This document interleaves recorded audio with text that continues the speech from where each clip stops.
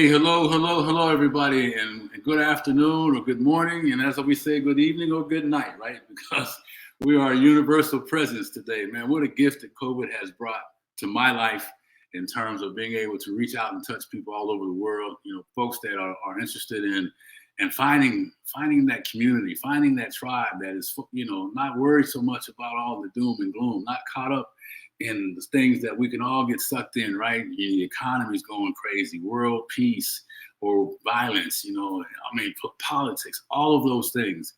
But we are so happy to every week bring you guests that speak a different message, right?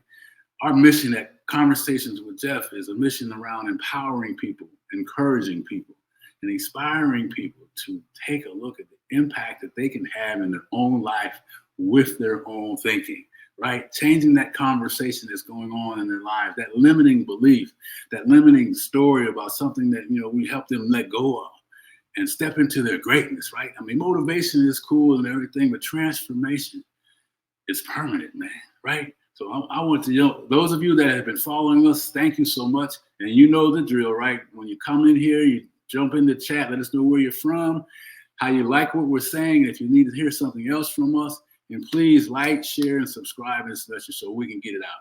We've got aggressive goals between now and the end of the year to bring you high quality folks like the gentleman that I'm going to bring on in a couple of minutes. And man, I'm excited, because we just chatted before I came on, and he's, I wish we had more time, put it like that, right? So make sure that you get plugged in, you sit down, you put up your phones and your computer away. Don't multitask or multitask, however you say it. Come here, committed to listening, committed to conversing with us in the chat, and make sure that you do one thing every day that scares you.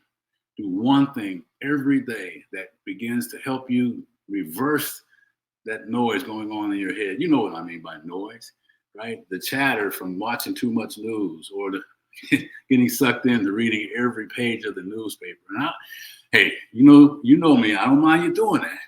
And you make choices about that. But what can you do at the end of the day besides the knowledge? And that's what happens. We get caught up in that, man, and then life shows up, and then we fail to lean into our opportunities. I heard something today, and I'll try and find a note on it. It was really powerful. Boy, it was around greatness never comes through mediocre effort, something like that. But you guys know, you hear us all the time talking about stepping into your greatness.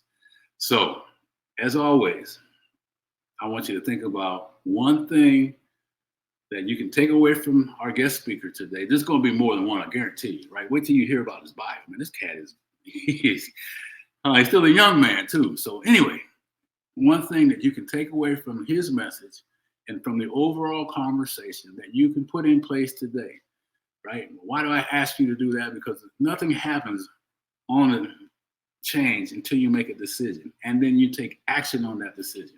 So no excuses, right? For those of you that say, well, I'll get to it later. One thing today, write it down, and then come back and talk to us about that.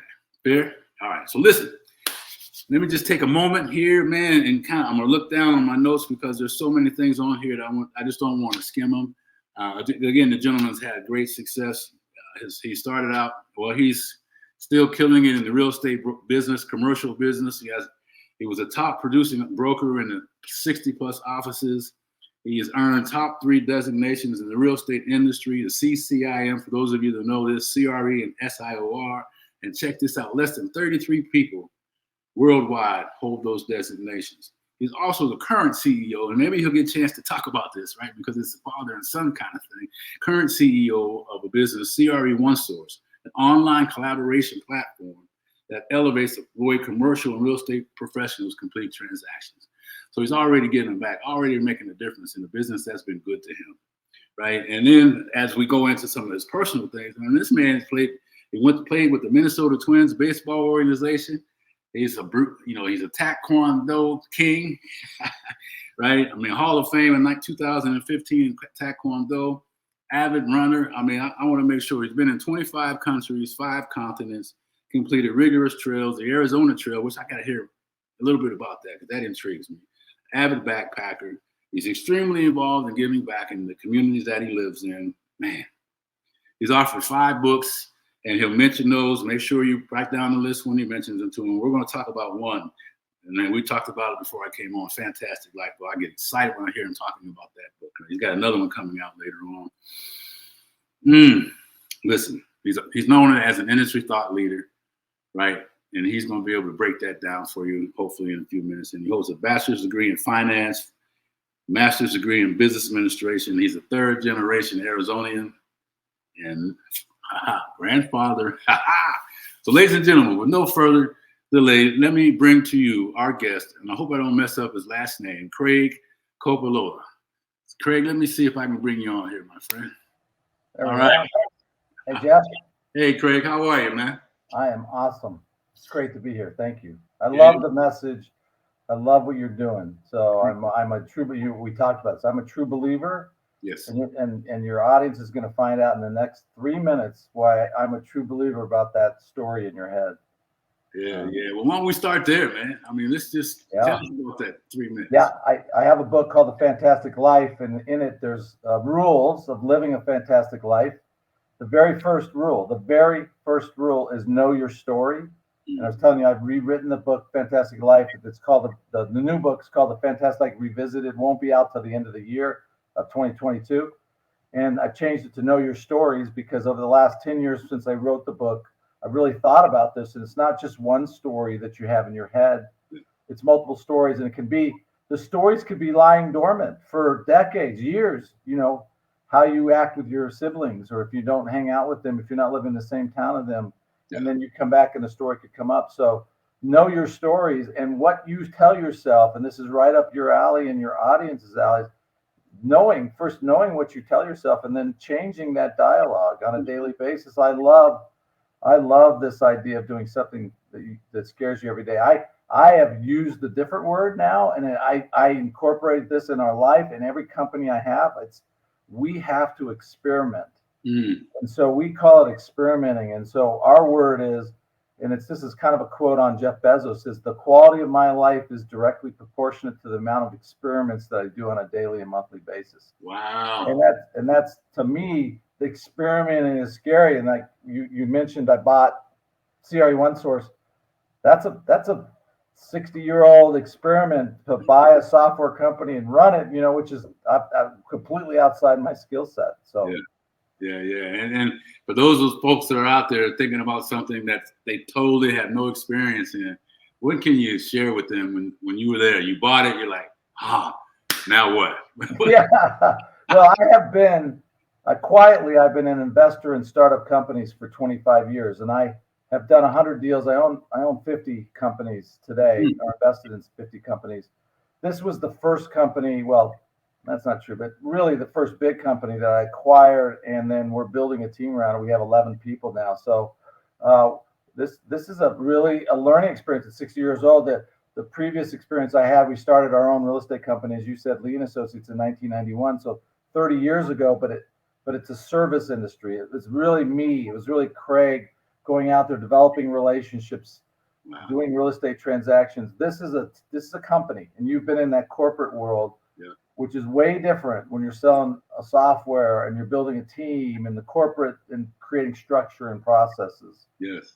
And so I want to get back to this idea inside your head because this, I have to question myself now. Am I telling myself the right stories? Yeah. And I really want to get back to it. So I want to tell you how I got that rule. I think it's a pretty interesting story. Sure. I was running these ultra marathons, and I'm from Arizona, and every ultra marathon that I did that was in the hot terrain, I did really well in. Wow. So I have a very high tolerance for heat and running in the heat. And so I ran. For my 40th birthday, I decided to run the Marathon des Sables, which is sometimes some people call it the hardest foot race in the world. It's 7 days, 150 miles, self-supported, run in the Sahara Desert. Whew. So you're running in this hot desert. And I trained with a buddy who was doing a lot of ultras with me. He got dysentery and had to drop out of this race, and he dropped out on the 50-mile stage. There was one stage that was 50 miles. So we would just go and he dropped out of like the 5 mile mark. And I remember we're out in the middle of the Sahara. There's no trees, no shade. He's got dysentery. They put an IV in his arm, and he's hot. So they slid him underneath this Land Cruiser. They put the IV in the grill, and as I left, his arms out. He's in the shade underneath this car, this Land Rover, and there's an IV, and I'm like, sorry, dude, I got 45 more miles to go. So I'm out running by myself now. He's gone, and I run into this guy. The night comes, and the sun's just setting, and we're at maybe the 30-mile mark. And I go into this aid station right at sunset, and there's another guy there, and he's a young guy, really fit. And I asked him his name, and I said, "Hey, why don't we start running together as the sun sets?" And so we're just kind of running together into the night, Geoff. And I asked him, "What do you do?" And he tells me he joined the Navy, and he was teaching enlisted people how to swim. There's a large number of people joining the Navy that don't know how to swim, and that's their job. And I said, "Well, how did you train?" And he goes, "Well, classes are 45 minutes. So every on the hour, I get 15 minutes. I would don 50 pounds of fireman gear. And during the 15 minutes, I run around. My lunch break, I don it, and I'd run around for an hour. And then after the day's over, 8 hours of training, I'd run it again around a pool with 60 pounds of firefighter gear." So I'm like, in my mind, I'm going, all right, I got to figure out this guy, right? And I've got 10 hours left. So I asked him, I said, "Now, why are you running this race?" And he tells me the story, and it's exactly why I invented this rule. Number one is know your stories. He tells me when I didn't get along with my father, and when I got turned 18, I enlisted in the Navy because I couldn't get along with him. And my dad would tell me, "Oh, you're never going to be anybody. You're not going to do anything." Yeah. And so I enlisted. And so I'm like, this is what's driving this guy, right? And so he says, I wanted to do this race to show my dad that I could do whatever and anything I wanted. Wow. And so as I'm running, you can imagine, right? Yeah. This is right up our alley, and this is the people listening. I'm getting fired up, and I'm like, I said, does he know you're here? He said, the night before I left for Morocco, I called my dad, and I said, "Dad, I'm running the Marathon des Sables, and I'm leaving tomorrow." Click, hung up on him. And I'm like, that moment, two things happened to me. Two things. The first one was like, I'm sticking with this guy for the next 50 miles because he's going to crawl, right? He's not quitting. You guys will finish. Right. And the second was, you really have to pay attention to the stories you're telling yourself. They can be super powerful, or they could be super painful, or they could be super negative in your life. And so I created that rule, and it started this journey of my fantastic life. So I thought that would be a good story for you. Man, that's amazing. I'm just imagining you out there. Now, you said something about 10 more hours, right? So it's 10 more hours to run the additional. How long did it take you to run the whole thing, man? So I finished. I actually did pretty well. I finished. I think I finished 157 out of 650. It took us 57 hours of running time. It's like a Tour de France. Every day they kind of add to your time. 57 hours. I finished that night. John and I finished top 10 on the 50-mile race. Wow. Yeah, and so I have great memories of that. It's been a lasting memory. I have a photo of me crossing the finish line with him, and we haven't stayed in touch. But I got to tell you, they're powerful to me. Well, when I listen to you, man, what are the odds, right, for you where you are in your life, and for him to be there, and for you two to connect, and I mean, what that impact on your life? I mean, you're still talking about it. I'm still talking about it here. I'm 61, 21 years later. Yeah. I've written a book that, now I have other rules, but I started looking for rules that I wanted to have. And so that was important to me. And so now this is important to me. And I've changed it now for the revisited book. because I really want to. It wasn't just that one big story that I'm going to be successful. I'm going to finish this. There's other stories, whether, on my own story about, I'm a great athlete, but I eat like crap. And so it's like, I have this story about I deserve the sweets, I deserve whatever. And so I'm working on that story personally. I'm still working on it. I have other stories that are just absolutely A+ stories for me. And so that's why I changed the rule in the new book. Yeah, I like that, and I'm going to say this. I want you to think about that, when you talk about eating some things as an athlete that don't line up. I start talking about, we start thinking about we eat, but what's really eating us? That's good. I like that. I like that. And it sounds like you're on that journey. Well, we used to say when I was fully in the marathoning, it was like, if you stoke the furnace hot enough, it'll burn anything.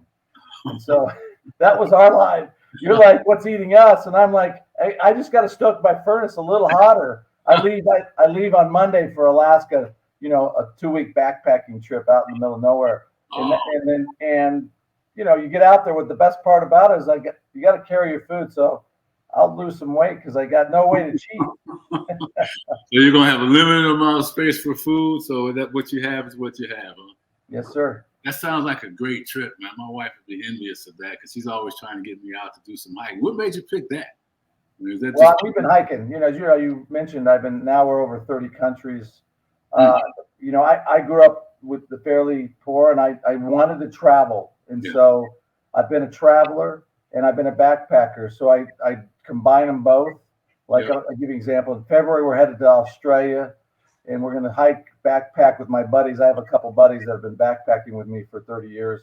We're going to do 3 weeks of backpacking, and then Tracy, my wife's going to come down, and then we're going to spend a couple of weeks doing the tourist stuff with her. So I combine this. When I talk about the fantastic life, I really want to walk the talk. I don't want to be one of these guys, and I know you and I have been talking here. If you're one of those, I'm not a different person when I get off the podcast. The people who know me would say the same thing, that I'm super intense, and what I do, one of my rules is do nothing in moderation.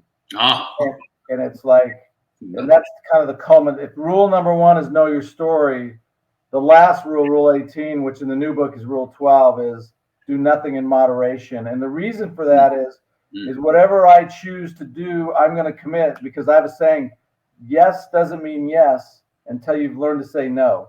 Ooh. Because you could say yes to everything and there's no commitment. And when I say yes to something, I don't do it half-assed, right? We're doing it full bore. This is it. I'm going to Australia. Trust me, we're gonna be going for 3 weeks. We're gonna enjoy it, man. So I like that. Yes, because when you say no. So this is it. Yes, there's no option. It sounds like to me when you pick something and you made that decision, when you come hell or high water, you're going to get that to the other end. Well, this is what we want in life. We want a fantastic life. We want a life that scares you, that gets you out there, that puts you in positions that you haven't been in, and the only way to do that is to commit. Commitment, commitment, no scared, no experiments, no nothing. Don't do nothing in moderation. I wrote down. I'm just stealing some nuggets. So when you see, hope you don't mind. I love to take notes, all yours. Learn something from these conversations, and that's the whole part about having them. Yeah, of course. So I gotta ask though, when my wife, she's run a full marathon and she's been running half marathons, and she, I figured, and here's how I am. I said, oh well, I'll do something so we can engage, right? So I started to do the half marathons with him. I got to tell you, the first training part, I'm thinking, I probably should have picked something else. Would have been easier, man, because, when you're out there running, it's you and the footsteps, right? It's kind of like life. You pick a path and you start to head down that path, and you either get picked up or you have to finish, right? And so how does that translate from you in your training and sports to maybe your personal life a little bit? I know let's talk about that for a second. Yeah, I'm a huge goal setter. One of my rules is set goals, right? So rule number 9 is set goals on the original book. And I have found one of the easiest goals for me to set, surprisingly, was the running goals. It's like, if you do the miles, you're going to run the race. And so I started using it as a metaphor. I always wanted to run one marathon. That was kind of like when I grew up and I was playing baseball, when I knew I was going to get done, I thought I'll run one marathon. It's similar to what I did in Taekwondo. Yeah. So I trained in 1987. I ran a marathon. I did fine. I didn't run another one for a couple of years. And then on the second one, I ran the New York Marathon, and I did great. In fact, I did so well that I qualified for the Boston Marathon. And so then I ran the Boston Marathon 4 months later, and in between I was training. I was kind of bored. I ran the LA Marathon. So I woke up and I was like, hey, I wanted to run one marathon, and here I was. And then I just found this was a metaphor for my life. Yeah. Do the miles, you'll run the race.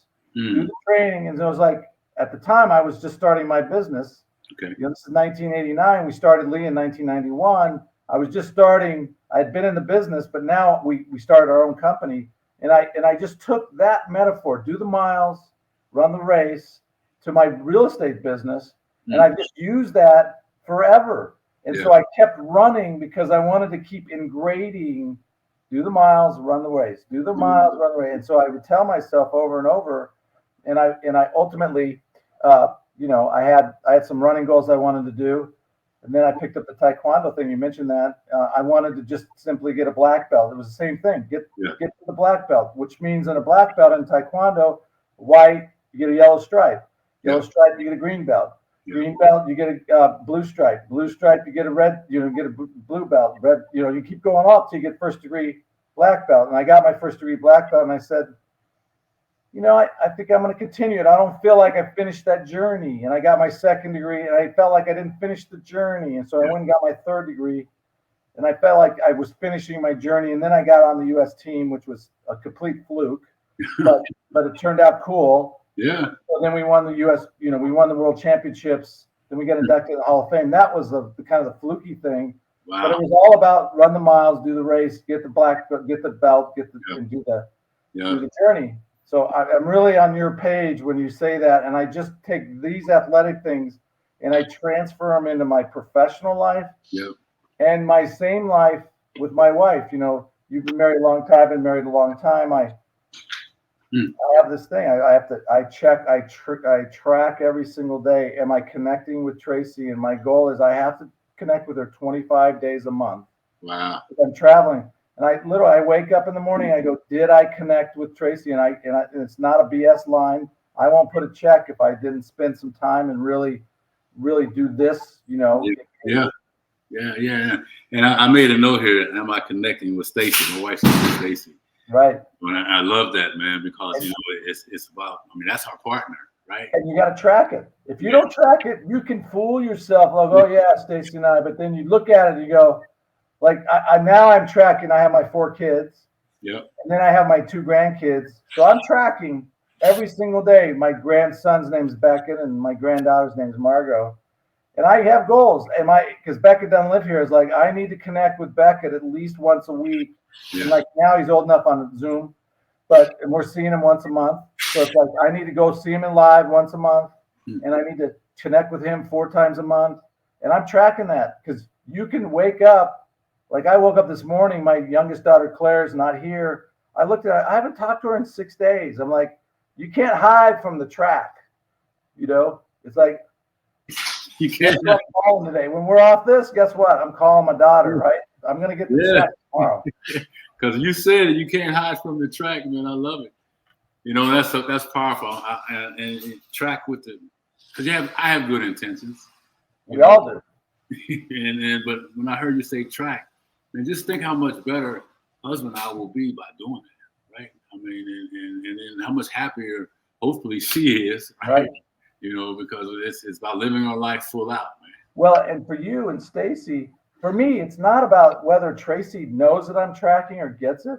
It's more about, look, for us to have a goal has to have a date or has to have a number by it, or it's not a goal, it's a slogan. And just me saying I have a great relationship with Tracy, that's a slogan. But if I then say I want to connect with her 25 times a month, and I'm going to track that. I'm going to travel with her at least 4 times a year, just Tracy and I. This year, we're going to do 12. Wow. 12 trips, just the two of us. But you know, it was 4 times a year. We're going to do one family vacation a year. These are the things that round out the relationship that allows me for me to sleep at night saying I'm having the relationship I want with Tracy. Because there was years where I think, you know, we're raising kids, you're raising kids, you don't know. It's like, I think we're okay. But now I know now. I know. Yeah. I can tell you. I've been doing this for 7 or 8 years. I can tell you when I'm doing a good job as a husband. I can tell you when I'm not. Yeah, you know what? And you are the one you look in the mirror at every day. That's right. You know, and to get your own truth out of that. Because how long have you been married now? Be 33 years next month. You're ready to say you're in the 30+ year club. So congratulations. Yes, sir. You know? Yes. How about that? You too. How about great? That's amazing, man. You know, and in this day and age. Yeah, particularly in this day and age. And you know, Stacey and I have our 11th year coming up September 4th. And congratulations. You know, so I mean, it's all about her for me, you know, and I can tell from you too. So I'm getting some nuggets, and I'm gonna get some brownie points in about 30 days. There you go. I'm not gonna tell her. She may watch this episode, and then she'll know. Well, you know what? Doesn't matter how you get it. We can learn stuff everywhere, and we do every day. And we might as well, you know. I'm not the smartest guy, but I listen really well and I execute. Yeah, I love that. I love that about you. So let me back you up for a second, because I grew up with a young man that was Taekwondo, and you know, it wasn't so much about the protection part. What can you share in terms of the whole mental perspective that, you know, can help folks in the audience that, you know, can really just have some simple things that you learn lesson wise from that? Yeah, I think everything that I spend a lot of time with athletes that are getting out of the professional world and getting into the business world. And I say this to every single person. You don't have to be an athlete. You don't have to not be an athlete. But the idea of athletics to me was, one of my goals is a full-time athlete. I'm still view myself as a full-time athlete. Yes. So I am building an athletic resume every year. I'm adding to my resume. You know, I wake up now at 61 where I played professional baseball. I was in the top 1% of long distance runners, and I'm in the Taekwondo Hall of Fame. So I've had a really good run with athletics. But the reason I do athletics is because I want the discipline that allows me to transfer it to other areas of my life. Yeah. Obviously, people translate athletic stuff into business all the time. Yeah. But I also wanted to translate it into my relationships, as we just talked about. I wanted to translate it into my business relationships and make sure they were deep and meaningful. So Taekwondo, to me, was another form of how I could create discipline in my life that I could then transfer it to others. So I said, do the miles, do the race. Yeah. Taekwondo, you know, learn the pattern. So in Taekwondo, ITF, which is I'm an ITF Taekwondo, you know, you learn Changji, which is the first pattern. Now, I will tell you this story that gives me goosebumps every time. If we have time for this. Yeah, please. Go ahead. Yeah, so Changji is the first pattern you learn. It's 19 moves. It's called Heaven and Earth. And it has 2 moves in it. It has a blocking move and it has a punching move. And you basically go in a two directions, and it's 19 moves. Yep. When you go to the ITF World Championships, there's 4 events that they do. One event is fighting, which is what you would know what Taekwondo fighting, kicking and punching. Yep. One of them is breaking, which is power breaking. It's how many boards can you break. A third event is specialty breaking, because Taekwondo is known for aerial kicks. Okay. I'm not, but the team was. And there were 6 people on the team. Okay. So they do 6, and then the 4th is patterns. And so when you go to a World Championship, there's 12 patterns that you have to know, starting with Changji at 19 moves, all the way up to the 12th pattern, which I think is 56 moves. Wow. And during the competition, they tell you one pattern is going to be this, and the other we're going to pull out of a hat. Okay. Okay, so you don't know, so you have to learn all the patterns. Yep. During the year that we were training to go to Korea for the World Championships, we had learned 11 of the patterns, and we had made them really tight. And we hadn't done the 12th, which was Changji. Okay. And we had about a month left. And I'm this discipline guy, right? And I'm like, I'm the low man on the. Don't get me wrong. The guys that I was with are superstars. I was the dog. I got you. But I had run all these marathons. I had a professional baseball career. So I was like, we gotta tighten up our Changji. That's right. And they were like, no, we don't have to do it. We don't have to. I said, we got to do it. So I forced them to do it. They may remember it differently, but I remember it distinctly. I'm moving on what you said, man. You lazy bastards, we got to do this. So we go to Korea. We get through round 1. We get through round 2, round 3. We're in the World Championship finals, going up head to head with Japan. Okay, head to head with Japan. Wow. We do the 2. We do our one that we do, and then they pull one out of the hat. Japan does it. The scores come out tied. So they go sudden death. We're going to pull out one out of a hat. They pulled out freaking Changji. Changji, yeah. And guess what? We had it tight. We had it nailed down. Japan did not. Oh. And we win the world championship on Changji. And my rule in my head, it's not in my book, my rule in my head is, guess what? Everything comes back to Changji. Yeah. The very first pattern. Everything the world. So you say, what did you learn? I learned everything comes back to Changji. And if you can remember that, everything comes back to the basics of your world, the discipline, the relationships, the tracking. It all comes back to Changji. And I say this all the time. I love the story. It gets me juiced up just telling it. Wow. Man, I tell you what, I hear, be prepared. Be prepared, be prepared, be prepared, be prepared. Wow. Amen. I got goosebumps too. I'm fired. I can tell that story 100 times. And if our team were here right now, they would be like, it was the greatest moment in their lives. These were professional taekwondo. I was like, kind of the sidekick. but that was the highlight of their lives, and it was Changji that got us there. It was not this fancy aerial kicking. It was Changji. And how that came about is really interesting, right? I mean, you recognize for whatever reason, you're like, oh, hey, we probably should do this, and everybody else has had the skill sets. Don't worry about it. Well, it was funny because they said, we want you on the team.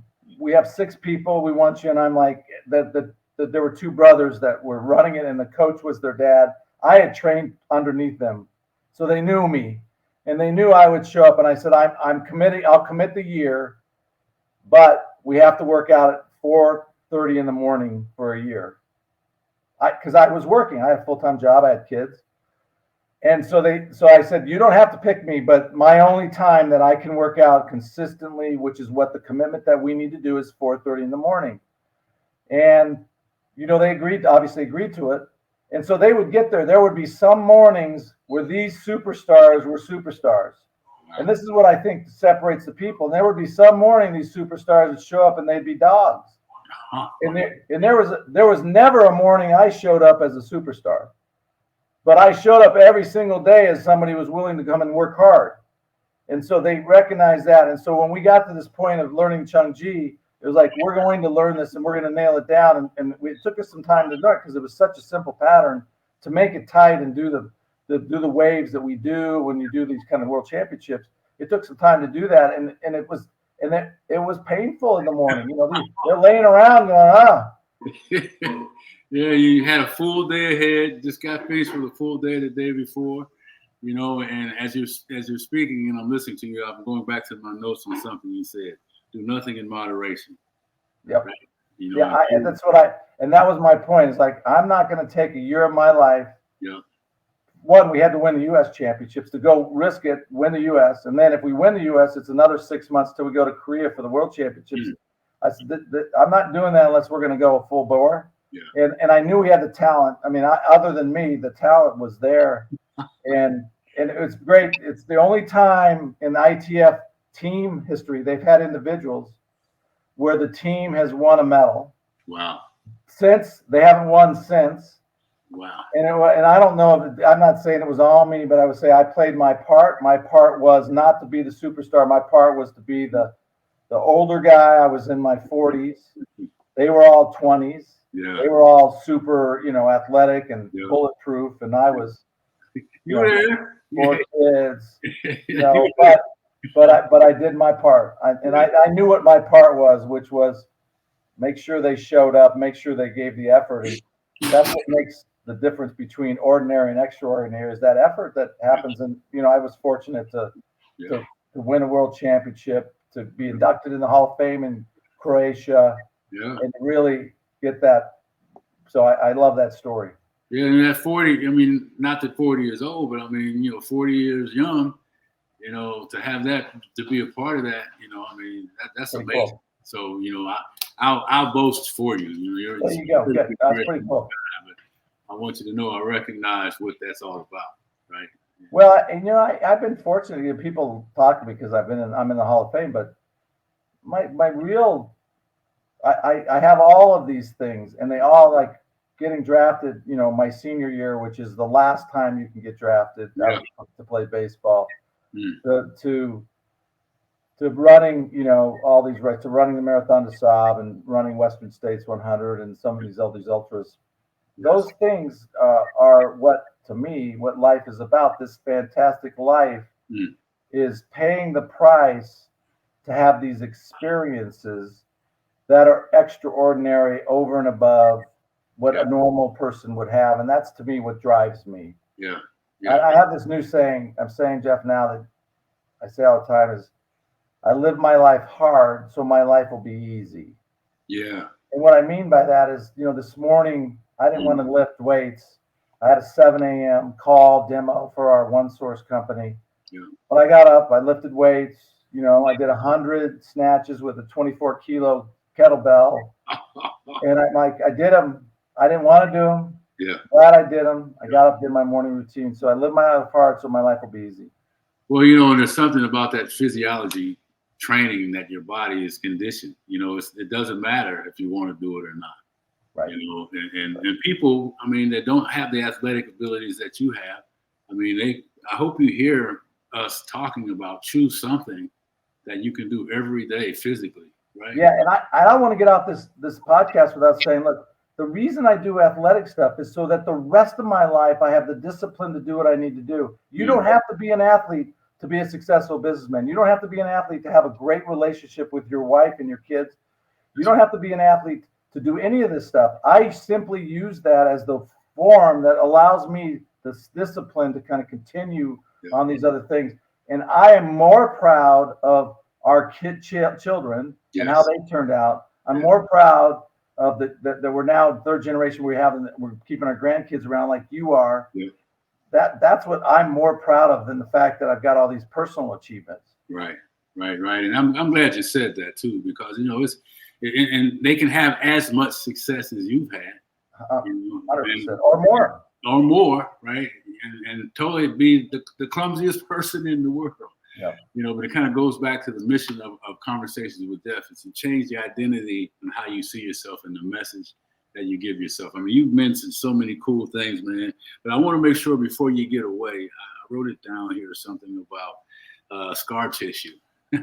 Yeah. And I have this thing. I don't want to pass like a shiny car. When I pass, I want to be a beat up jalopy, the bumper hanging off and dents everywhere, and having experienced a full life. And I am. I mean, if you just looked at my resume, I am. I'm not doing it because I want other people to be proud of me. I am not. I'm gonna hike the Grand Canyon 2 times now. I've spent a year of my life I've lived a year of my life in the Grand Canyon. So because I'm a backpacker. I'm not going down the Thunder River, which is a great trail, or South Bass, which is another great trail, in the next 60, 90 days because for other people. I'm going down there for me. I get more out of that. To me, I'm living this life that I'm choosing. Yeah. It's very deliberate. Yeah. The stories I'm telling are very deliberate. The experiments I'm doing are deliberate. The goals that I'm setting are deliberate for me. Wow. And I always say, when I signed the Fantastic Life books for somebody, if I signed it for you, Geoff, I'd be like, live your fantastic life. Yeah. Whatever that is, as long as you are super clear on your life, do it. That's That's your life. This And is you mine. know, there's so much magic in that. You know, because people look at other people and they feel like, oh, I wish I was like him, and or Right. like her, or it did these things. I wish I was like Craig. I could run these marathons. Right. But you know, I mean, we all have our own gifts. Yes. You know, and That's right. 100. Amen. We really, absolutely, it has to be your life. And so, rule number 2 in the fantastic life is get crystal clear on what you want. yeah, That's rule number 2. And I'm like, I had a meeting yesterday with a gentleman. He's 51 years old. He's leaving corporate life like you did, and he wants something different. He's had a fantastic career, but he's done in September. And so he called me. I know him, and I spent a couple hours with him yesterday. And it's like, I can't help you until you tell me what you want. And if you can't tell me what you want, then it doesn't matter what you get because you don't know what you want. yeah. And so we spent an hour saying, let's get clear. What do you love doing in your job? What do you love doing in your life? This is what we want to do as we get every single year of our lives. Yeah. We want to get more, do more and more what we love and what we're great at. Yes. And that is the fantastic life. Yeah. And you know, I love the whole thing around clarity, because once you have clarity, then the confidence follows. Yes. The commitment follows. You have a bunch of C words that follow that clarity. That's right. And the energy level is just off the top, man. So, listen, I want to make sure I probably went past the time, because, you know, I could talk to you the rest of the afternoon. We got fun. Yeah, it's been great. Thanks for letting me regale my stories. Hey, man, I listened to it many times. Listen, I've heard so many things already. But I want to make sure that, you know, you mentioned some other books. Why don't you mention the titles of all your books and maybe where people can find them, Craig, before we wrap up with you? Sure. Sure. So The Fantastic Life is out there. It should be read. It's an easy read. You get that. All this on Amazon. And the first book I wrote was called How to Win in Commercial Real Estate Investing. Robert and Kim Kiyosaki are longtime investors and friends of mine. So the Rich Dad Corporation, Rich Dad Advisors, published the first 2 books. The first one on commercial real estate investing, the second one on how to win in commercial leasing. The third book was a book called Chasing Excellence, written by co-written by me and Bill Lee, the founder of our company. Okay. Bill's passed last year, but he wanted to write a book, couldn't figure out how to do it. So I said, look, let's just write one together. It's great stories about our careers in the commercial real estate business. Yeah. And then the 5th book that's out is What Now? And it's about what to do if you get diagnosed. I had cancer in 2013, and so I wrote a quick pamphlet. It's not a real book. It's probably 75 pages. You get a diagnosis of something that isn't good. Yeah. What do you do? What do you do? And I have a 5-prong approach that I took because I'm pretty, as you can tell, pretty focused. And I did these 5 prongs to help me get through the diagnosis, treatment. It's not like, hey, eat more apples. It's none of that. It's more, how do we set goals when our life is in disarray? How do we do this? Yeah. And so that book, 100%, not just the profits, but 100% goes to MD Anderson. So whenever a book sells of that, I send them a check twice a year. Man, that's beautiful, because we've been talking the last 30 days with a guest at the Business Associate of mine, Terry Liggins, on healthy living and eating raw. So that book, you know, if you don't mind, I'm going to get with you, and then maybe each month through the rest of the year, we offer that book to a guest on our show. You know, sure. I think that would be powerful. Yeah, it's great. It's an easy read, and I wrote it because once you have cancer, you get the call. You know, the call is somebody. We all know people in our lives who's themselves or their spouses or their kids have some ailment, and it's scary.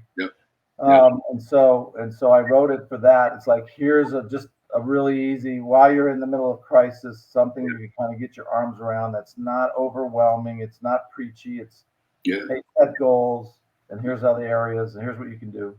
Well, that's good, because cancer it took my mom and dad away, and my wife's mom's sister here. Her service is next week. So it's near and dear, and any messaging that we can share and get with people that's simple, you know, and written with love, I'm sure, like you are. I'd love to get that. So thank you for. Yeah, I'd love to send you some of those. Yeah, so let's hang on. I'll get your address. That'd be good, man. And so as we wrap up, I mean, thank you so much again. I mean, this has been great. What if you were to tell people, hey, in one sentence everything that we share, and maybe two, right? And if you need a little more, obviously take it.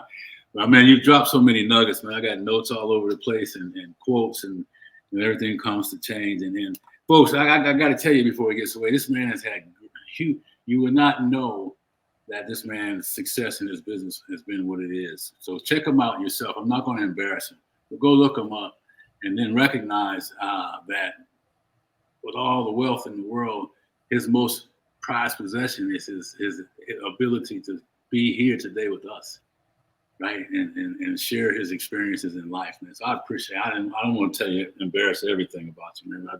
People need to know. I mean, congratulations on your success. Thank you. It's all good. And the humbleness that you show, we appreciate that. So thank you, man. I appreciate being here. Yeah. So give us what you got here in a couple sentences, man, and we'll let you get out of here. Well, to summarize what we talked about today is, the stories of your life that you tell should be positive ones. These are the stories. Sometimes we learn with scar tissue. Sometimes we learn with positive experience. Sometimes they're just experiences. Sometimes they're just an experience that you can learn from. Yeah. And so by learning that, to jump on what you talk about, this internal dialogue that's continually going on in your life, in your head, your inner roommate, if you want to quote Michael Singer from Untethered Soul, this inner roommate needs to be a positive roommate. If you treated your spouse like you treat yourself internally, she would leave you. And so I don't want to leave myself. And as we get older, we spend more and more time with ourselves. Yeah. We have to, and I'm now backpacking solo because I want to spend more time with myself and think about it. So not one, this internal dialogue to allow you to get clear on what you want in your life and what you want to get out of. We have one shot at this, Geoff, and so that shot is today. Yeah. We don't have tomorrow. Nothing's promised for us. So today is the day that we make the change. Today is the day that we have a fantastic life. This moment right here, and this gives me joy. To meet other people who are like-minded like me, because in this day and age, there's a lot of crisis going on. Yes. If you turn on CNN, the crisis network news, that's all you're going to get. And so turn off the news and go live your life. So I'm going to head to Alaska. I'm going to get off this. I'm going to go head to Alaska. I'm going to go out there backpacking for 12 days. And I'm going to really turn into this fantastic life that I've created for myself. Well, watch out for the grizzlies while you're over there, man. Yeah. Hopefully they'll go get some salmon or something. Yes, sir. Yes, sir. Oh, that's been wonderful, and we thank you. And I'm going to put the bug out here. Maybe we can get you back on our schedule and talk maybe specifically about, your new business that you're doing with your son and how all that goes. Anytime. Yeah, we got a lot of people that are trying to do family businesses, man, and you're going to give it to them raw. And I think that's the best way to learn it. So listen, Craig, I really appreciate it. It's been a fantastic conversation. And I'm looking forward to continuing this relationship. So thank you, my friend. Thank you. Appreciate it. Yeah, beautiful. Beautiful. Hey, what did I tell you? I hope you took notes. And when you hear this, make sure you do. Please look him up, get his books. It's a fantastic life. And be on the lookout for his new book. But more importantly, go back through and listen to this. He dropped so many different pieces that we can take. Yeah, he's an outstanding athlete. And he told you don't have to be an athlete, right? And that inner roommate, I'm going to close with this. Get to know your inner roommate. Love that inner roommate. Know they're going to be there. They're always going to be waiting to take you down another way. That conversation is always going to be there to kind of say, hey, play it safe. You're right. Maybe it's not the right time. Yeah, maybe you're too old. This gentleman was 61 years old. He's talking about hiking in the Grand Canyon. Have you seen the trails in the Grand Canyon? Woo! So many countries and they're still doing that. And I still got to get him to tell us about that trail in Arizona. Man, it sounds really scary to me. But anyway, look, as always, we always ask you to do something every day that scares you. Like he said, don't do anything in moderation. Set some goals, right? A goal is a slogan unless you have it written down and set, baby. Ooh, I'm going to use that one from now on. Thanks, Craig, for giving me that. So anyhow, we appreciate all your support. And you know the drill. Tell us what you like. Tell us what you don't like. And if there's something else we can bring to you that helps you be a part of a community that, gives you an opportunity to quiet the noise, feel important to yourself and to others. Conversations with Geoff is where we want you to be. So know, like, share, and subscribe to this channel. Get ready for the next quarter coming up. And we appreciate everybody showing up. And I can't wait to get back to you soon. So Craig, thank you. And for all those that will hear this later on, we really appreciate it. Keep showing up, baby. We'll talk to you again soon. Conversations with Geoff. Goodbye.